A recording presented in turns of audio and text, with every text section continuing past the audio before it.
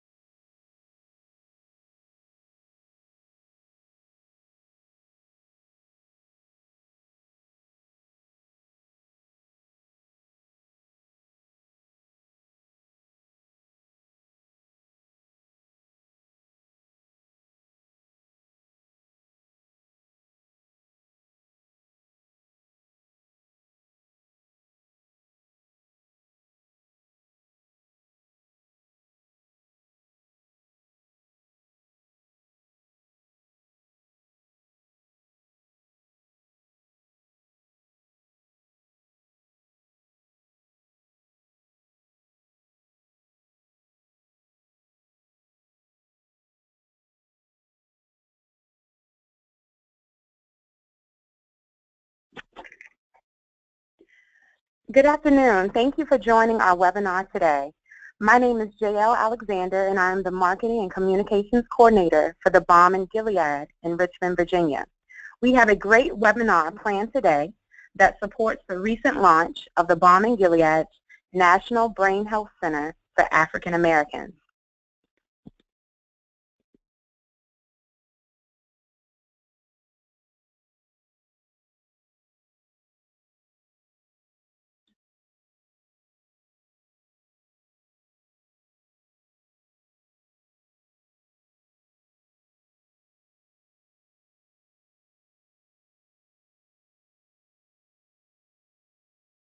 If you experience any technical issues today while you are logged in or calling in, please call the number on your screen.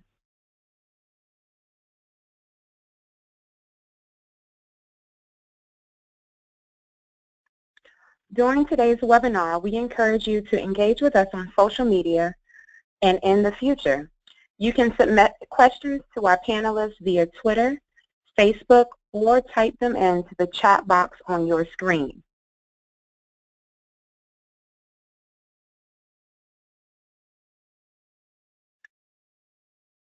For your knowledge, we have some upcoming brain health trainings going on across the United States.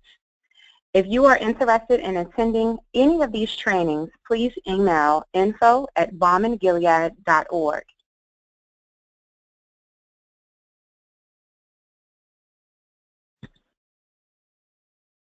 We have a few takeaways and goals from today's webinar that we encourage you to think about. The awareness of brain health in the African American community is critical to the state of African Americans, so we are excited to host this webinar today.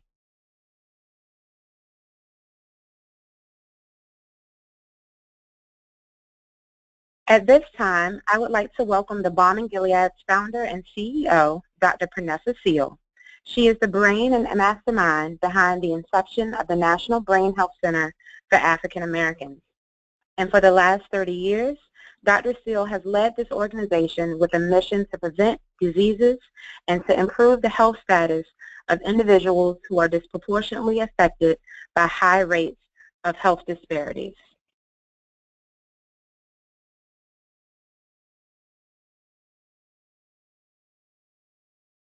We welcome Dr. Seele. Dr. Seele, the floor is yours.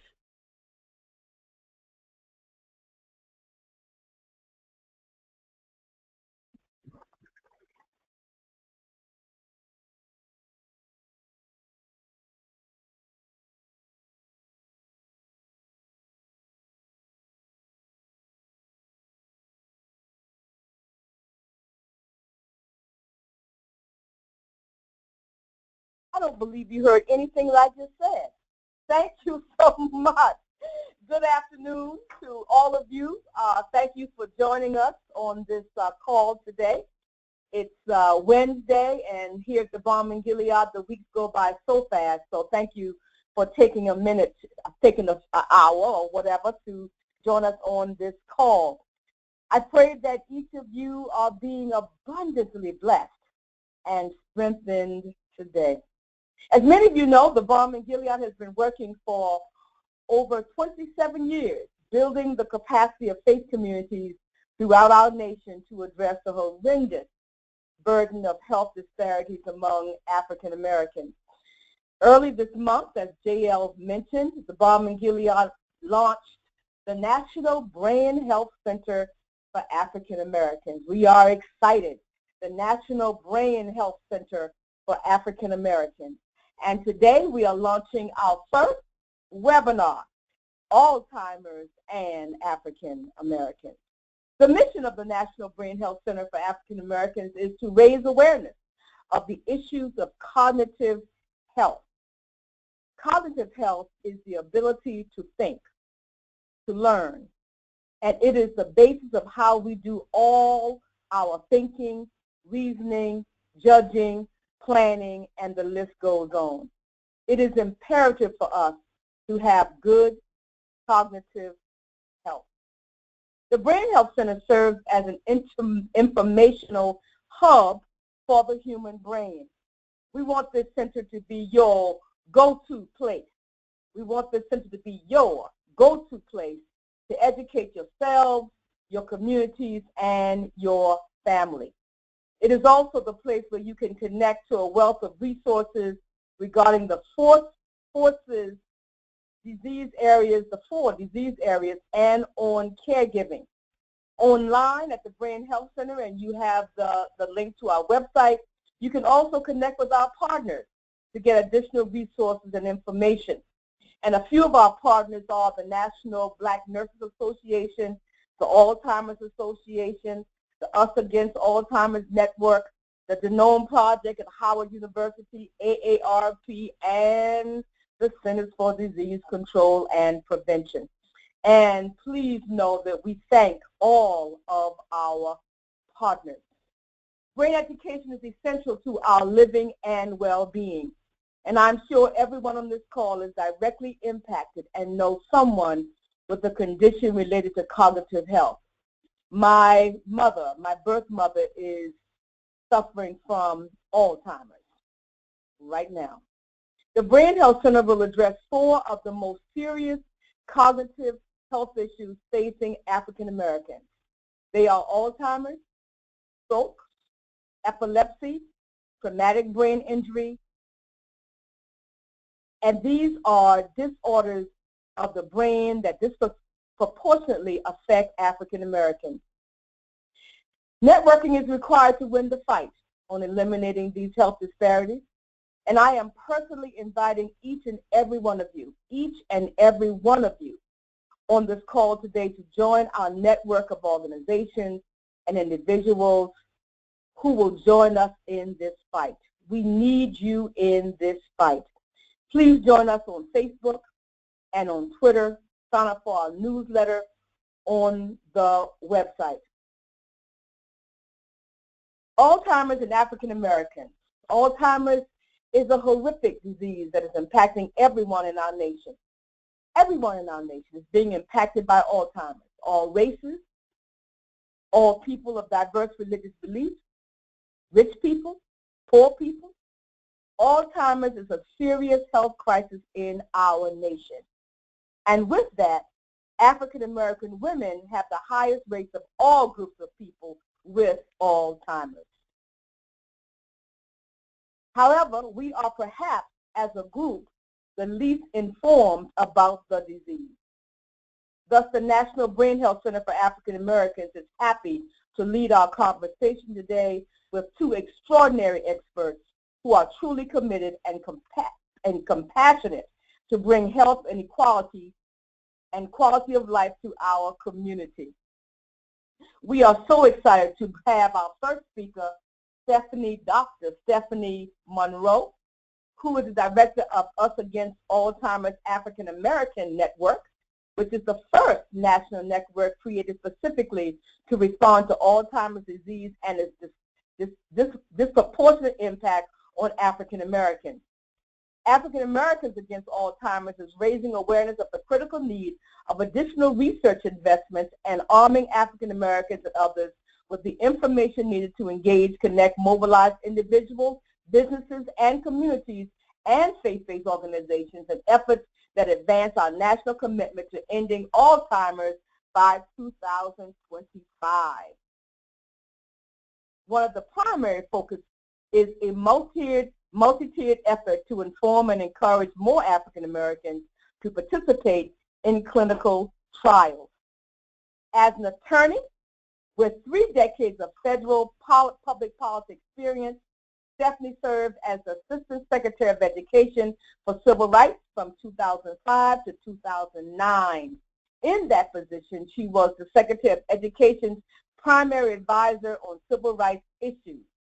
Prior to serving in the executive branch, Stephanie ended her 25 years on Capitol Hill after holding a number of key staff positions in the United States Congress, including Chief Counsel of the U.S. Senate Committee on Health, Education, Labor, and Pensions, as well as Chief Counsel and Staff Director of the Senate Subcommittee on Children and Families. Would you all join me wherever you are and welcome Stephanie Monroe. Stephanie, It's all yours. Well, thank you so much, Dr. Steele, for that wonderful introduction. I'm tired just hearing about all the things I've been doing for over the course of my life, but I'm just so excited to be able to connect with you and to connect with the group of folks who have joined us on today's call. Alzheimer's disease is a significant challenge that our nation and, in fact, the world is facing currently. I do have a slide presentation, and so we're going to go ahead and click to the first main slide, where I want to talk to you for a second about, we have experienced a blessing in this country, and the blessing is that we are living longer. And this slide shows, the red shows white females, the blue shows the white males, and then we have green, which is the black males, and purple is the black females. And what you can see, if you look at 1900, where our life expectancy, if you can believe that, was only in the 30s for black Americans, and for white Americans, it was in the upper 40s and high, low 50s. Well, here we are today. Let's look at 2010, which is the latest date for which we have statistics. Look where we've come. Our average life expectancy for African Americans is in the 70s. And for white Americans, it's approaching 75 to 80 years of age. So you see, number one, that when we're born, we're already somewhat at a disadvantage, in that there's almost a 10-year gap between what we expect the life expectancy for whites and blacks to be, dependent on a lot of criteria, obviously, the things that are happening in our countries, things that are happening with health insurance, variety of things. So we're sort of born at a little bit of a disadvantage. But I guess the good news is that the trajectory is pointing upwards. Now with that comes the challenge. We all want to live a very long life, I'm sure, but we want to live and age well. We want to have our physical capabilities. We want to have our mental faculties about us as we continue to age. We don't want to be a burden on anyone. We want to be healthy, right? That's what we're all about. So next slide, please. So here we are with one of the most significant diseases, I think, that is hitting African Americans and white Americans in our country, which is Alzheimer's disease. Alzheimer's is a disease. And what we're going to talk about a little bit later is the fact that, so often, unfortunately, in the African American community, in the Latino community in particular, we see these symptoms and we don't recognize it as a disease. We just think it's sort of sometimer's disease, right? Sometimes we remember, sometimes we don't. This is a disease that's much more significant than memory loss. Memory loss is obviously something that's terrible. We don't want to experience that, but this is a disease that is much more impactful than simply loss of memory. It is an irreversible, progressive, which means it just continues to get worse, brain disease that slowly destroys our memory and our thinking, and eventually it becomes impossible to carry on normal day-to-day activities. And so virtually almost everyone who is diagnosed with this disease, at some point they are going to need full-time, 24/7 care. Alzheimer's disease, because a lot of times people say Alzheimer's or dementia. So if you think about dementia is the broad category of cognitive impairments, these particular types of brain disorders, these diseases. Alzheimer's is the largest percentage of that. About 75% of all dementia, when we see it, it is an Alzheimer's type dementia. And what differentiates it is basically when you take a scan of the brain where you actually can see what the disease is doing, where the cells are dying. Depending on what it looks like in the brain is what classifies it as one particular type of dementia over another. The symptoms are very similar for the different types of dementia. It's important for us to understand that it is not a normal part of aging, that many of us assume that some forgetfulness is normal, and forgetfulness can be normal, but a complete loss of memory is definitely not a normal part of aging. And frankly, we don't really know why. We don't know why Alzheimer's disease. We don't know why higher propensities of African Americans, Latino Americans. We don't know why it happens as we advance in age. we do see certain characteristics of people who have Alzheimer's disease, and diabetes is a big connector to Alzheimer's disease, high blood pressure, heart disease, physical activity, and then family history. These are things that help us predict and determine whether a person will be more likely to develop Alzheimer's disease than not. But of course, many of these are things that we can correct by lifestyle changes, by our eating habits. We can try to control for as many of these things that exist as we can.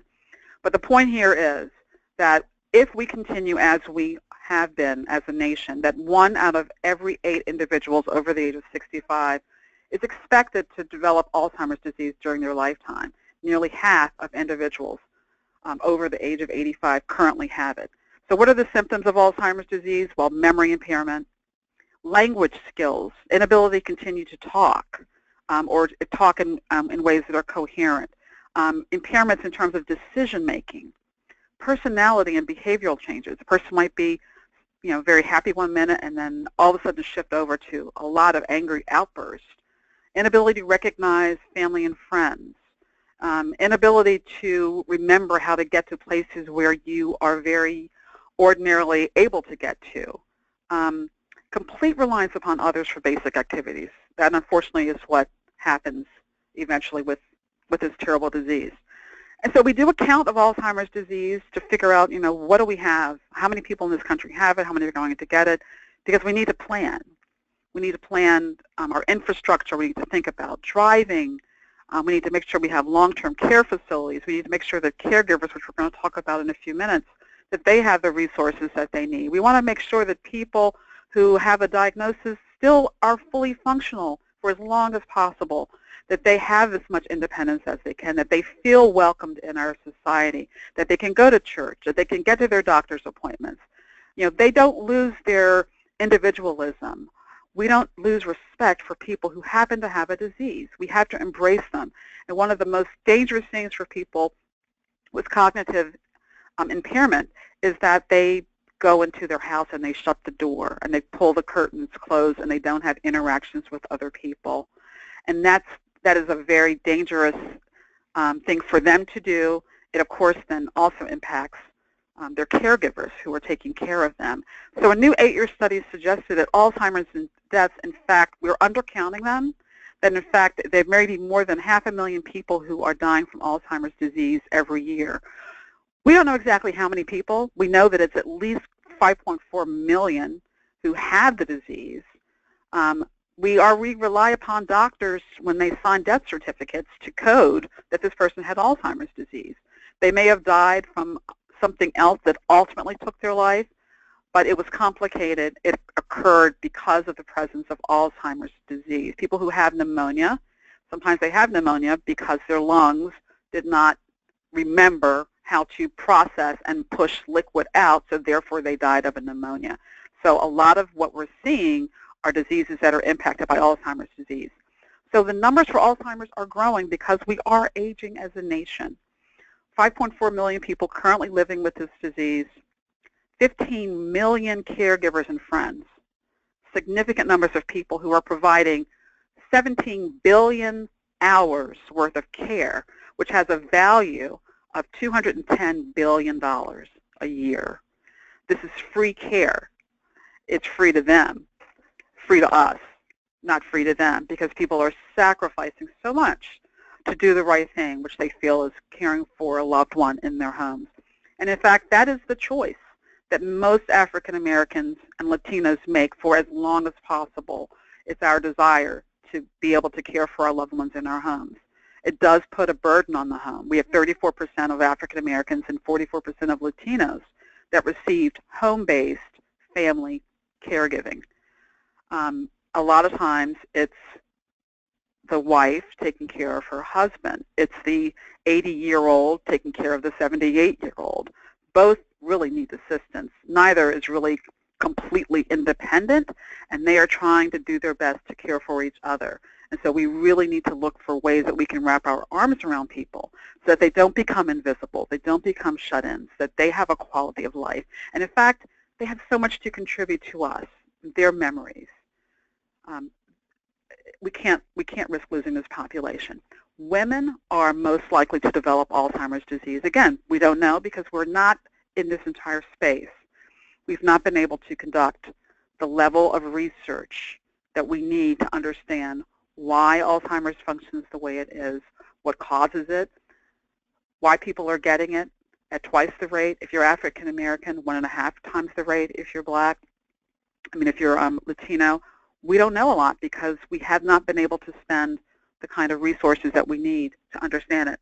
But we do see that African Americans, next slide please, are in fact 2 to 3 times more likely to develop Alzheimer's disease than non-Hispanic white Americans.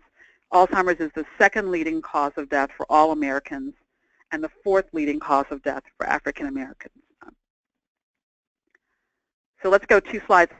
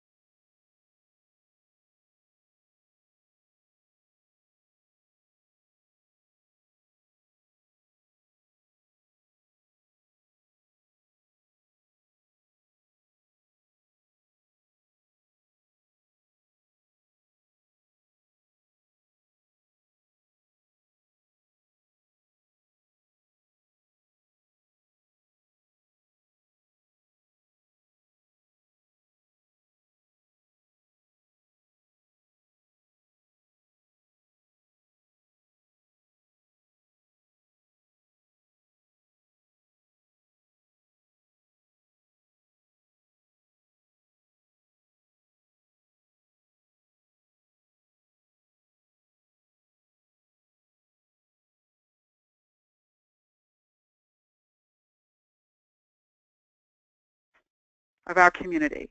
So we won't know for sure whether that drug is really going to work for us or not. We also won't know whether some of the drugs that people think aren't working, they might actually work on us. And so our participation in research so that we can help find a cure, help find more effective treatments, help find better diagnostic tools, we have to step up to the plate. Some of the other disparities, and this just sort of shows what I talked about earlier in terms of women, we can see that 61% of people with Alzheimer's disease are women. 61%.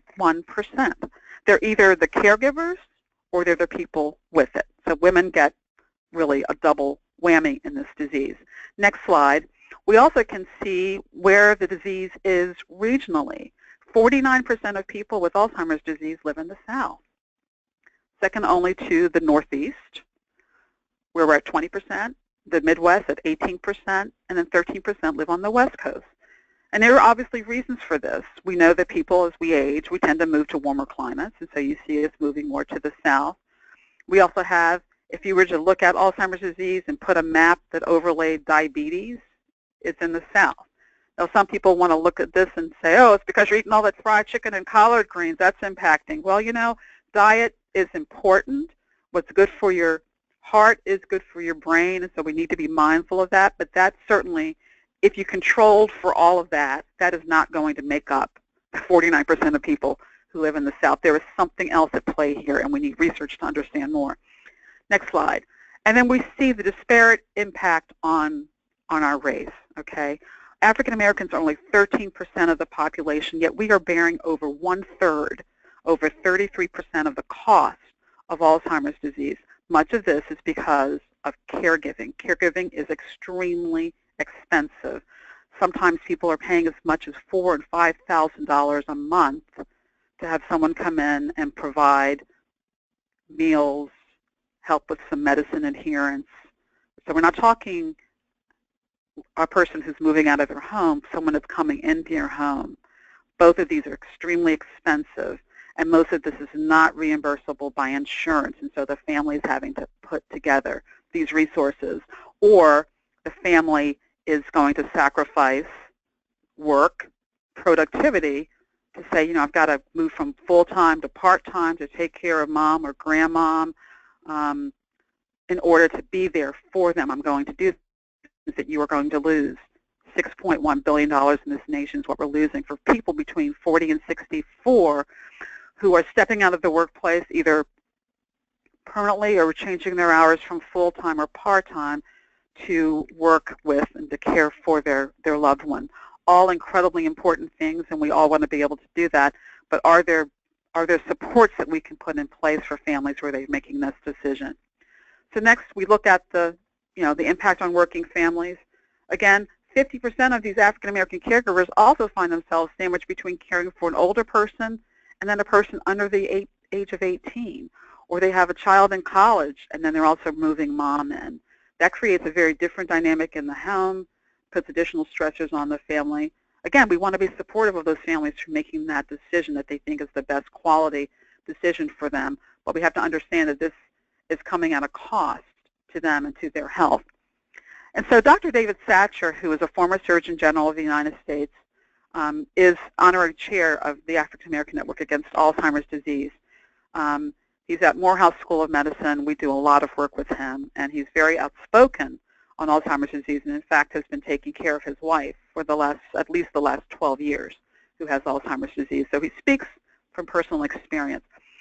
Dr. Satcher lets us know that health disparities are pervasive and persistent. They've been well documented between racial and ethnic groups, between rural and urban and other geographical settings, as well as for socioeconomic status and uninsured, that improved research is one way to reduce health disparities. We need to care for people who have Alzheimer's disease. We need to care for people who are providing care for people who have Alzheimer's disease and other cognitive impairments. But we also have to fight for a cure.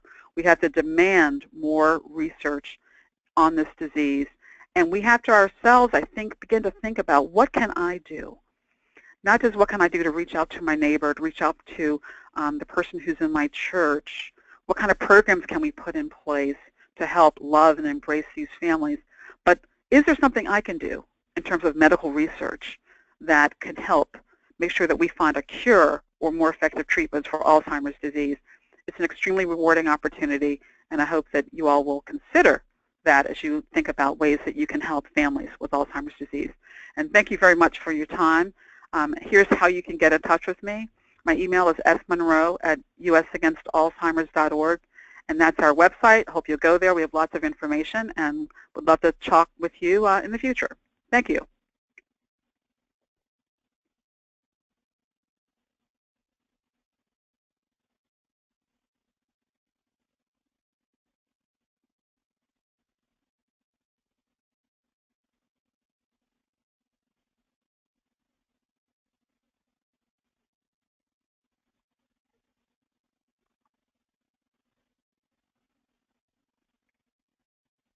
And JL, you may give instructions if someone wants to type their questions in on social media.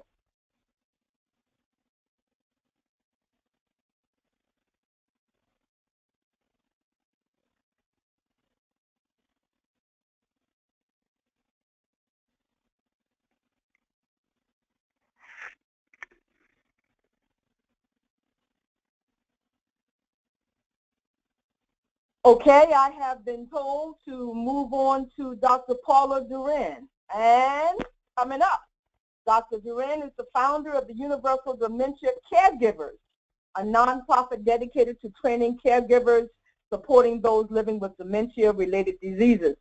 Dr. Duren works extensively with families and caregivers who are supporting loved ones living with dementia. She created a person-centered approach to understanding and caring for a loved one living with dementia. And this work was birthed out of loving and caretaking of her parents, who transitioned from dementia-related diseases. This journey revealed the importance of providing care that honors the whole person, the physical and spiritual person. Dr. Duren coined the phrase, honor who they were, love who they are, cherish who they will become. Prior to founding Duren and Associates in 1982, Paula spent 8 years at Ford Motor Company as an internal consultant and human resources specialist. She was also a staff psychologist and member of the faculty at Illinois State University. Dr. Duren has served as adjunct faculty at Wayne State University and the Henry Ford Community College. She is a Leadership Detroit graduate, a recipient of the Minority Business of the Year Award presented by the National Black MBA Association and recognized as one of the top 25 women-owned businesses by the National Association of Women Business Owners. Would you all please welcome Dr. Duren. Paula, so happy to have you with us today. Thank you very much. This is such a privilege, Dr. Seele, and I am thrilled to have sat through the information provided by Dr. Monroe. It's a wonderful, wonderful foundation for us to move forward on saying, because dementia and dementia-related diseases are here, how do we move forward for a cure? But until a cure is discovered, how do we then care for those that we are serving and care for the caregiver? As was indicated in my introduction, both of my parents died from dementia-related diseases. My mother died from Alzheimer's, and my dad had Lewy body dementia. And as was described earlier, the disease is terrible. It's absolutely terrible. And in the transition with my mom forgot how to swallow. It was one of those things where the brain had come to a place it no longer could send the message to you, you need to swallow. Her disease progressed at a different rate than my father's, which is a clear indication that this moves forward in different ways. So as we move through this, please know I thought I was really smart in terms of being a psychologist, but when I took off 4 years to care for my parents, I was humbled to my knees to know that there's so much I didn't know, and as a result, I want to share some of my learnings with you. As was indicated in the introduction, I started a nonprofit, and the nonprofit is really focused on the caregiver. I believe that there are lots of wonderful people treating the person living with dementia and Alzheimer's, various kinds of dementias. But very few organizations are caring for the person who's dealing with the issue. And the challenge, as was indicated, is that oftentimes in communities of color, we are not necessarily going to reach out for resources that might even be available. So I wanted us to be a trusted resource for those living with these diseases. Earlier in Dr. Monroe's presentation, she shared the definition of Alzheimer's and dementia, so we will overlap a bit, so there's nothing wrong with duplication. Dementia is, as I think about it, is a great big cabinet, and the cabinet has at least 50 different drawers in it, and one of the drawers is Alzheimer's. And with Alzheimer's, as is indicated, it impacts your daily functioning so much so that you eventually have to have 24/7 care. So dementia, and let me reiterate, Alzheimer's is not normal aging. People will often ask me, well, Doc, how do I know I have dementia or Alzheimer's? Well, one of my favorite things to say, we all are very busy people, and we're often moving so fast before we really engage our brains. The issue is they say, well, I lost my keys, or I'm sitting there and I have my glasses on and I'm asking, where are my glasses? Well, the issue for me is not that you were so busy you forgot. What happens when you actually realize you have your keys? Do you know what to do with them? Which is a whole different experience around this whole conversation around dementia and Alzheimer's. As was indicated earlier, that the disease, it has progression. And there's lots of literature on the different stages and the behaviors that are associated with those, which are very important for caregivers to be part of. What we know so far and is that at least 1 in 9 seniors has Alzheimer's, but half don't know it. And in our communities, the numbers of African Americans in particular is much higher than as indicated earlier. And the disease is less diagnosed, meaning we're not going to the doctors, and oftentimes when we go, our doctors don't necessarily tell us about the disease and give us a lot of information so we know what we're dealing with. In addition, there's a stigma in communities of color about what people think is mental illness. So we tend to hide those kinds of things when we need to be talking about this is a real disease, as was indicated earlier. And my experience has been with people, many people of color, we take our issues to the church. And hear me, I have no problem with going to the church and sharing personal issues. But I am also a believer that there are resources that are given to you that are available to you because the churches sometimes are overwhelmed and don't have the skills necessary to provide the support that people will need. So continuing what we know, as was indicated, there are over 16 million Americans that provide unpaid support.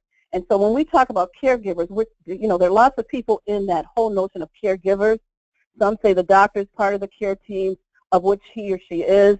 But when we talk about caregivers for the purposes of this conversation, we're talking about a relative or a friend that helps care for someone who cannot take care of themselves in this result. And it's unpaid. The message is unpaid, which is really important. And most of the caregivers are women. And as I look at my life, I was not only a woman, but I was also single. And how it dramatically impacts how you spend your time, what you focus on. And I had another job as a psychologist, but I ended up scaling back my particular role so that I could provide the necessary support for my family. And if you think about it, what the research is telling us is that caregivers often become the next silent patient. And so it is so important that caregivers take care of themselves because what an unhealthy caregiver may be providing unhealthy care. So with that frame in mind that the caregiver may become the second patient, I'd like to quote from the airlines. And the airlines tell us that in the event of trouble, put on your own mask first. You cannot provide good, healthy care to someone else in need unless you yourself are also healthy. And just a little side, all the pictures are my family, so those of you that are smiling, that's my mom waving at us. What I learned during the training, during the process of supporting my parents, is that the life of the caregiver parallels the life of the person they're serving. So your life is moving in a journey, and that's why I say part of this process is understanding the disease progression and how it impacts you and how it impacts what you're required to do and the skill sets that are necessary. So as was indicated in my introduction, I was given the idea of a tool that focuses on the whole person. Because many of the times when we would offer support to people, we were not talking about that there was a person inside. And even though they can no longer communicate with you in the way that we are normally accustomed, I've come to appreciate that they are still communicating. We have to learn how to care for them in the way that the language of dementia. So I see this next book called The Language of Dementia is Love. And I believe it's because it's so essential for us to not only know the stages, the skills, but who is this person? So we have several learning modules that we offer. And the first one starts with, I am a caregiver. And that's really significant because most people are not trained to be caregivers. Most of us that are unpaid caregivers are thrust into the role, we walk into the role, or whatever our reason for being there, we have to come to grips with the fact that this is different. Mom or dad or the person I'm serving can no longer be the person that I thought they were going to be, and I have to give them permission to be different. Then the second part of our learning we offer is really understanding the disease and the progression of the disease, and only from the perspective of what are the skills necessary for the caregiver to offer support.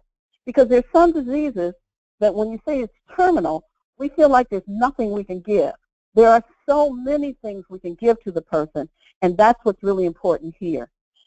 And then the next piece of our work focuses on a tool that we designed. It's called My Lights Are Going Out, but It's Not Dark in Here. It's really thinking about the scripture and what the scripture says about as my natural lights darken, my spiritual lights glow. And it has 7 key concepts that I will review briefly on the next slide.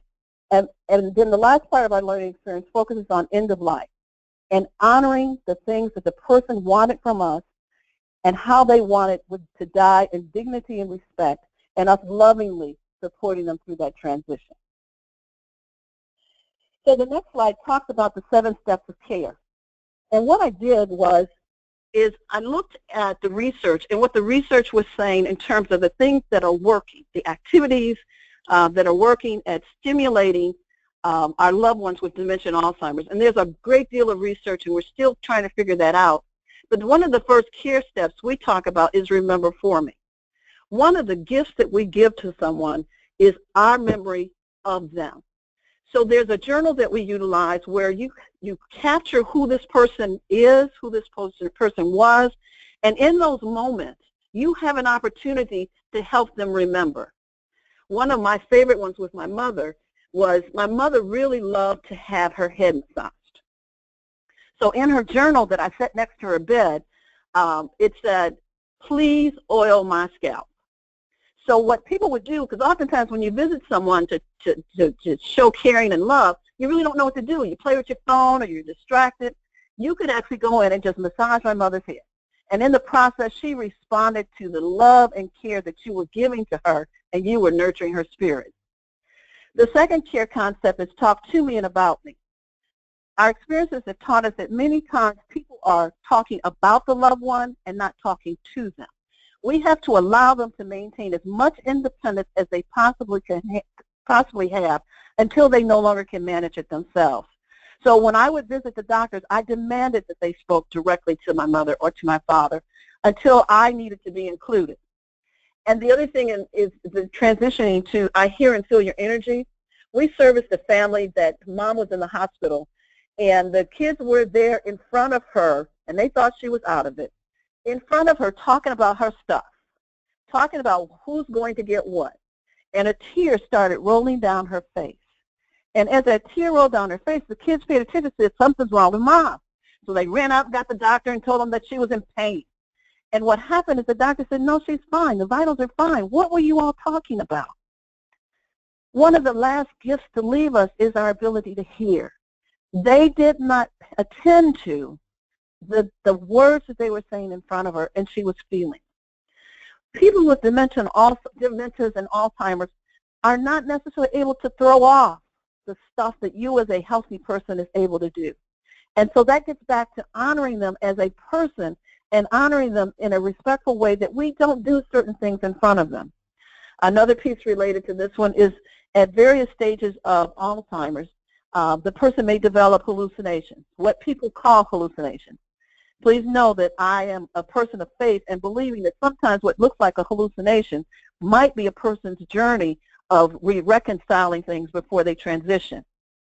But the issue here that I had is that television has so many different violences on it that I had to control what I even put in front of her, because that would get into her energy and into her spirit, and as a result, it would then cause her pain and anxiety. Comfort Me with Touch is one that I think is exceptional. We have this whole body that's full of this organ called skin, and we just need to learn how to touch each other. The research shows us in terms of that babies get all kind of touch, but our seniors are often touch deprived. So this is what I'm doing is teaching my caregivers how to massage, but also I give them a massage at the same time because they need to release as they're supporting someone else. I'll skip to this one about don't be ashamed of me. This is important because oftentimes we isolate ourselves and our families isolate us. So we work with the caregivers to deal with the issue of shame that might be around them, because you cannot be ashamed of a disease. This is a human being that's living with something. Imagine you being in the seat and how you want to be treated. So I want to shift to, after dealing with that, I want to shift to just the whole conversation about caregivers and them managing stress for themselves. Stress is really very likely when you're dealing with and supporting a loved one with dementia and other dementias and Alzheimer's. And it's so important that we learn to know our own stress indicators. And we have to know when we're angry, because that anger will show. I don't care how polite you are, but if your energy is negative and you're upset that no one will help you, or you're mad that I have to do this job, you have to come to peace with who you are in this role and that you've chosen to accept it, if you have. We can't be denying things, because the more we deny that the reality of what we're dealing with, the harder it is to deal with. And the impact, and the research shows that many caregivers view themselves as being burdened and stressed because they feel trapped into this role of caregiver. And you need to be able to see what behaviors you're displaying and how you're feeling in order for you to be productive and supportive of someone else. And this whole sense of helplessness, if we get into a cycle of helplessness, we then become ill. We can't provide any correct services for the person. They become even more agitated, and then the cycle gets worse.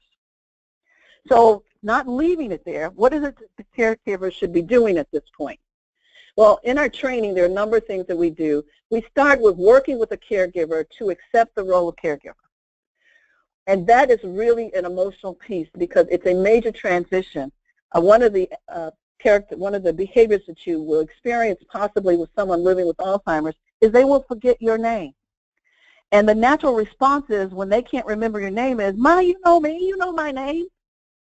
And so what we've done is helping them to understand this is not about you in terms of them remembering you, because I believe they remember your tone of your voice, the movement and rhythm of your voice. I think they remember your spirit and your energy.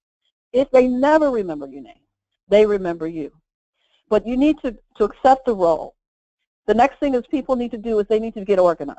Organized in the sense of what do we know? What does the parent want? What would they need? Is there a do not resuscitate? Is there a will? And what's interesting, and often in some communities that people will say, well, I don't have any money. You have more than you think. And even if it's not in money, the person may want to be buried a certain way. They may want a certain ritual. And we want to honor that, because we've learned about their basic uniquenesses in terms of the person.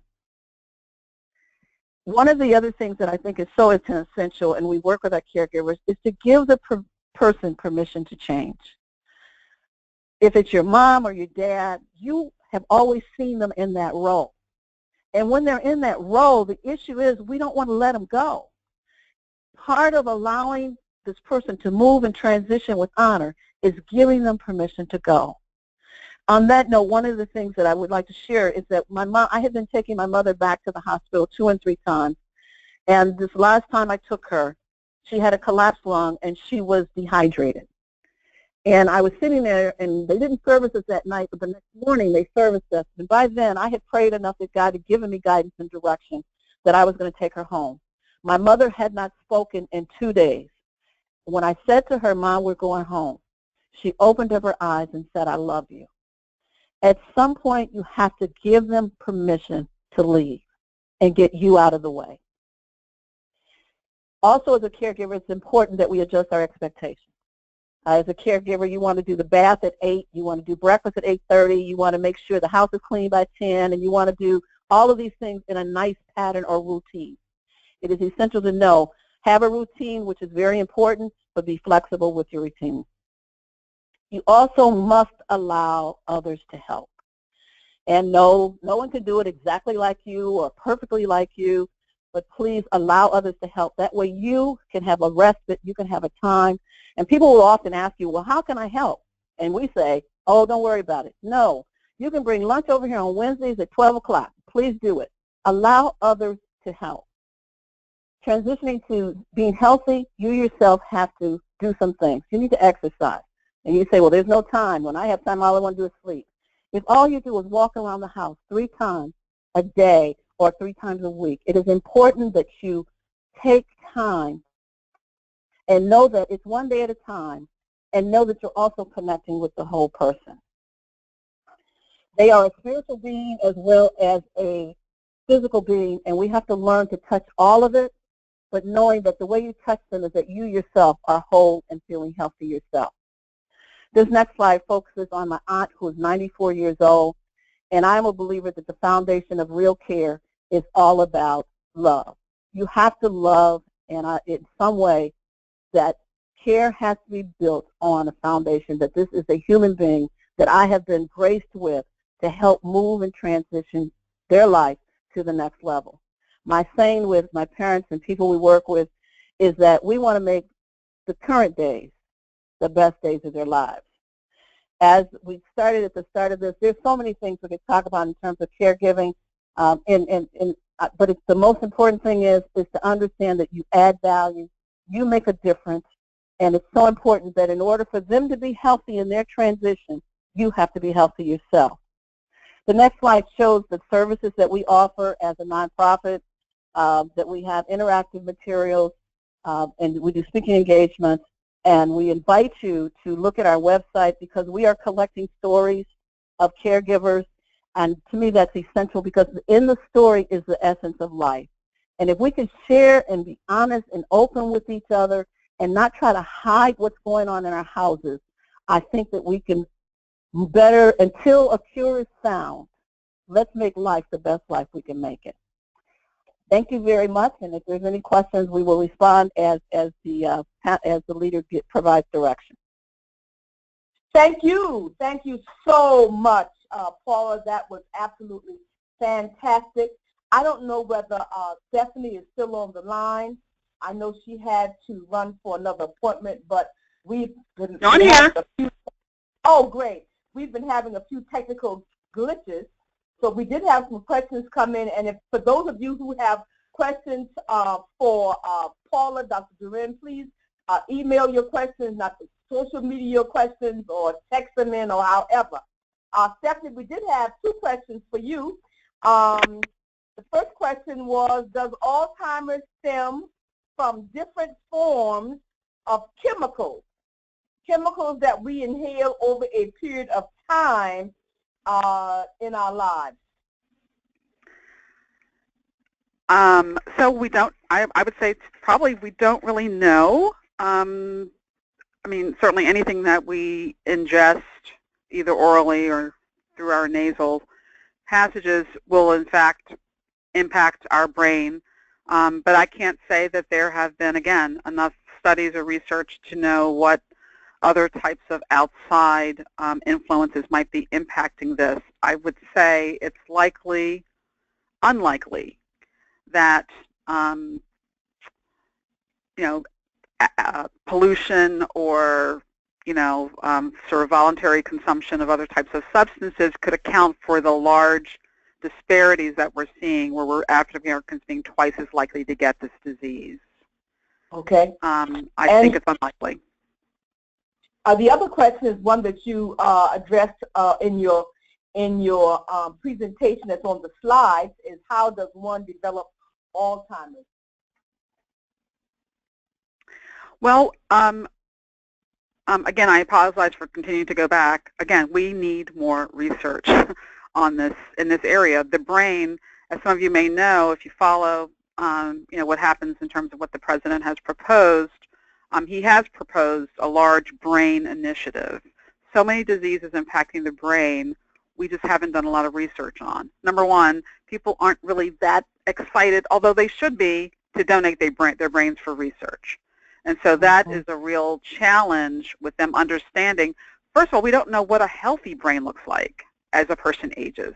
So we need healthy subjects to help us either by donating brains for study or by participating in, basically it's called a PET scan, a scan of the person's brain to show what changes, what things happen in the brain as a person is getting older.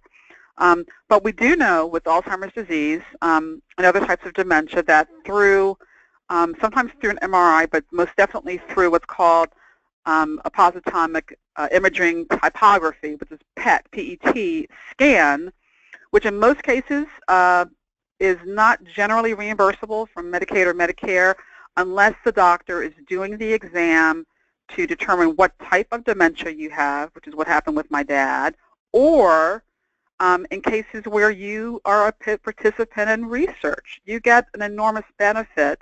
In addition to benefiting society and benefiting potentially your family, you are the person who is in line for the first cure. The first person cured of Alzheimer's is going to be cured in clinical research. But one of the things that happens in Alzheimer's research, most often, in addition to you giving a little bit of blood, maybe a spinal tap, maybe urine samples, you're going to get a complete, for free, medical workup that will, in many cases, include a PET scan.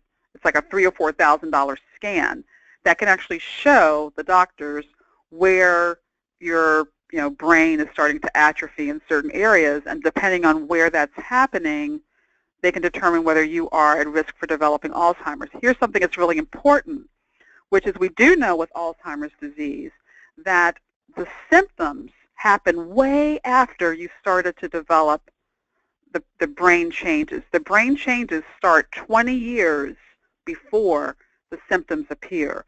So that means for people who are in their 70s and 80s that there were probably brain changes starting in their 40s and 50s. So that gives us hope in terms of ways that research can target the disease before we start to have symptoms to be able to manage it. So I hope that was answering the question that was asked. Thank you so much, Stephanie. We really appreciate it. Paula, we have a question for you. It came across like this. How do you make the decision to become a caregiver? You know what, that's a wonderful question, because oftentimes it's not like you're sitting there saying, will this be my career choice? It's typically a family member who is the person in the family who has decided within themselves that I am going to do this. It is an important decision to really sit and think through, because it will dramatically change your life for the good and for the challenge. So how do you do it? You really look at that to say, is this a role that I have some gifts in? Is it something I have grace gifts in? Is it something I'm willing to do? And as was indicated in the earlier presentation, financially it will potentially impact your life, but it will also grow your heart at the same time. It's one of those things that you have to be comfortable that this is what I want to do. And you may start the role yourself and then decide I need help, and then you go and get additional assistance. You need to really think through a care plan, and not just a day-to-day of service. So if you're struggling with the question, you need to work through, what do I want for my life? Am I the person to do this? If I'm not, what can I help organize and get straight so that the loved one that I'm serving gets the proper support? Tough decision. Thank you so very much. Those are the only questions that came in, but you can continue to submit your questions, and we will continue to get answers for you. I want to thank our dear sisters, Dr. Stephanie Monroe and Dr. Paula Duren, and I know that all of us at our own individual spaces are giving them a round of applause. Thank you so much. You can download each of their PowerPoints. You can go to that little orange button up in your right corner, and you can download it, or you will find these PowerPoints probably in the next few hours on the National Brain Health Center for African Americans.org website. So these PowerPoints are now available. Also, the next 24 hours, you will get an evaluation form, and please take a minute and fill out that form and submit it back to us. You will get the form within the next 24 hours. And remember, the National Brain Health Center is your go-to place to educate yourself, your communities, your churches, your mosques, and your families. Also on our site, you can submit articles to us for posting. You can submit your Alzheimer's, stroke, cognitive health events to include on our online calendar, and I do believe you can actually go and submit your events directly on the calendar. And please join us and follow us on Facebook and Twitter. As many of you know, we have Healthy Churches 2020 conference coming up in November. We look forward to you. We're running a special on registration this week. Please make sure that you register and be with us. We are doing a special piece on caregivers, as well as the National Brain Health, Cognitive Health, and Dan Gatsby and B. Smith will be with us, and we're going to do some exciting things in November at the conference. It is just going to be a fabulous time, and that's our time to fellowship. And lastly, as I close out, I want to remind you that it really doesn't matter if we're going through hot weather or cold weather. And it doesn't matter if a storm cloud is coming your way, or if you have survived the storm and the storm has passed over. Let's just take a deep breath and stay strong. Let us stay in peace, and let us stay united. Let us stay strong. Let us stay in peace. Let's stay together, and let's stay united. Because regardless of what's happening in our lives, there is indeed a balm in Gilead. Thank you so much for joining us. God bless you. Thank you, and peace